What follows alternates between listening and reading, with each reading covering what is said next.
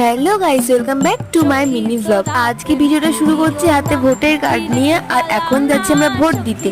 তো দেখো আমাদের বাড়ির সামনে কত সুন্দর করে সাজিয়েছে, কি জন্য সাজিয়েছে কিনা তোমরাই কমেন্ট করে বলো, আমি পরে কোনো ভিডিওতে বলে দেবো।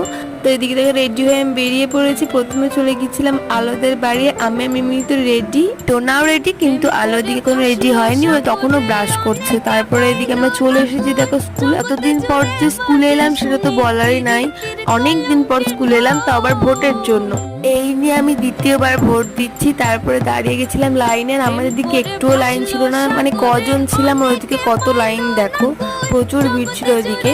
তোমাদের ভোট দেওয়াও কমপ্লিট। আর এদিকে তোমাদের স্কুলটা একটু ঘুরে দেখাচ্ছিলাম, ওটা হচ্ছে গার্লস স্কুল আর পাশে হচ্ছে বয়েজ স্কুল। আগে এদিকে বোর্ডিং ছিল, এখন সব ভেঙে দিয়েছে। আর তারপরে সবাই গাছতলায় বসে আছি, কারণ আলোদের এখনো ভোট দেওয়া হয়নি।